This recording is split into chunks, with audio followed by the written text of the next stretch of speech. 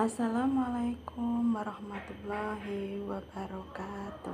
Selamat pagi anak-anak yang soleh dan solehah. Apa kabarnya? Sehat-sehat semua. Jaga kesehatan ya. Untuk pagi hari ini, sebelum pembelajaran, mari kita buka dengan bacaan basmalah bersama-sama. Bismillahirrahmanirrahim. Sebelum pembelajaran, mari kita awali dengan berdoa dulu.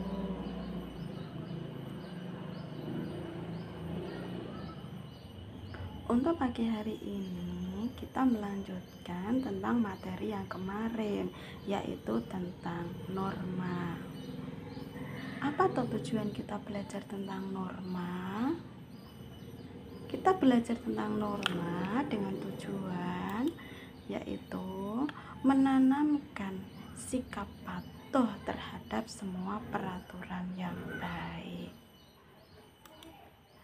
Norma dalam masyarakat, manusia terlahir sebagai makhluk dengan berbagai perbedaan, sehingga perlu adanya penyelarasan peraturan, yaitu dengan adanya norma.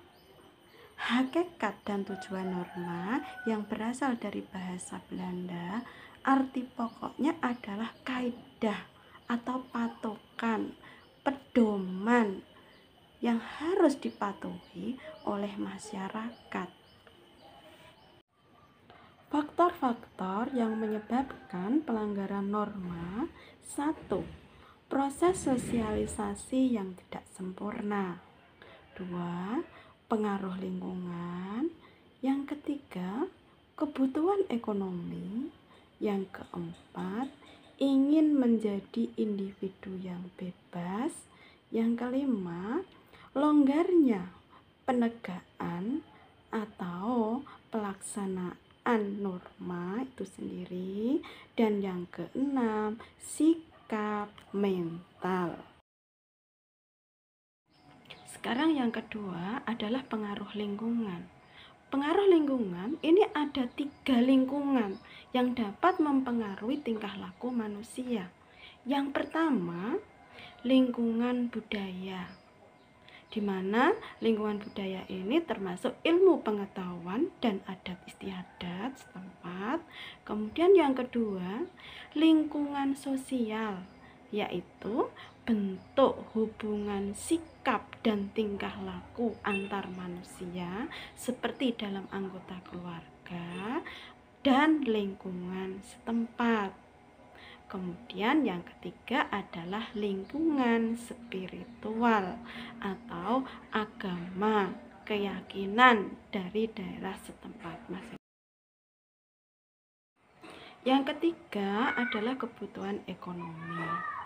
Tidak tercukupinya kebutuhan ekonomi menyebabkan seseorang mengambil jalan pintas seperti mencuri, merampok, dan sebagainya. Kemudian yang keempat adalah ingin menjadi individu yang bebas, di mana sifat pembangkang menjadi individu yang melanggar peraturan demi mencapai tujuan yang diinginkan. Contohnya korupsi dan sebagainya. Kemudian yang kelima, longgarnya penegakan atau pelaksanaan norma, yaitu dengan penerapan sanksi yang kurang tegas. Dan yang keenam, sikap mental, yaitu kurangnya kesadaran akan hukum di masyarakat. Akibat melanggar norma dalam masyarakat, orang yang melanggar norma akan mendapatkan sanksi. Itu akibatnya. Apa tuh sanksi itu? Sanksi yaitu suatu hukuman yang dijatuhkan kepada siapapun yang melanggar atau yang tidak menaati daripada peraturan. Apa tujuan kita memberikan sanksi? Tujuan kita memberikan sanksi yaitu sebagai alat untuk menyadarkan seseorang atau masyarakat masyarakat bagi yang melanggar. Dengan adanya sanksi diharapkan dapat meminimalisir pelanggaran yang ada di masyarakat. Apa toh manfaatnya memberikan sanksi? Satu, memberikan batasan yang sudah ditetapkan. Dua, membuat aturan menjadi jelas. Yang ketiga, mengajarkan tata krama sosial.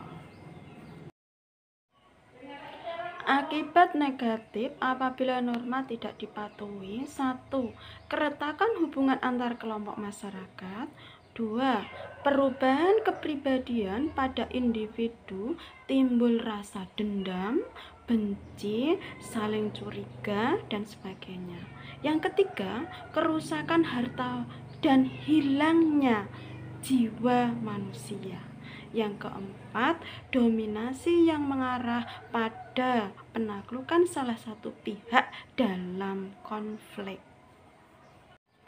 Upaya-upaya pencegahan pelanggaran norma untuk menciptakan keadilan: 1. Pembiasaan. 2. Teladan. 3. Penyadaran. 4. Pengawasan. Dan yang kelima, penghargaan dan hukuman. Pencegahan pelanggaran norma dapat digolongkan menjadi dua. 1. Preventif, yang kedua adalah represif. Yang pertama, preventif, yaitu dengan cara penyuluhan, pembinaan, dan pengembangan pada masyarakat. Contohnya, pihak kepolisian melakukan operasi rutin di daerah rawan. Sedangkan yang represif, yaitu memberikan tindakan pada pelaku pelanggaran.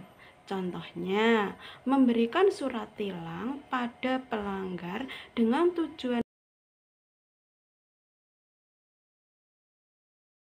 pembelajaran hari ini tentang pelanggaran norma.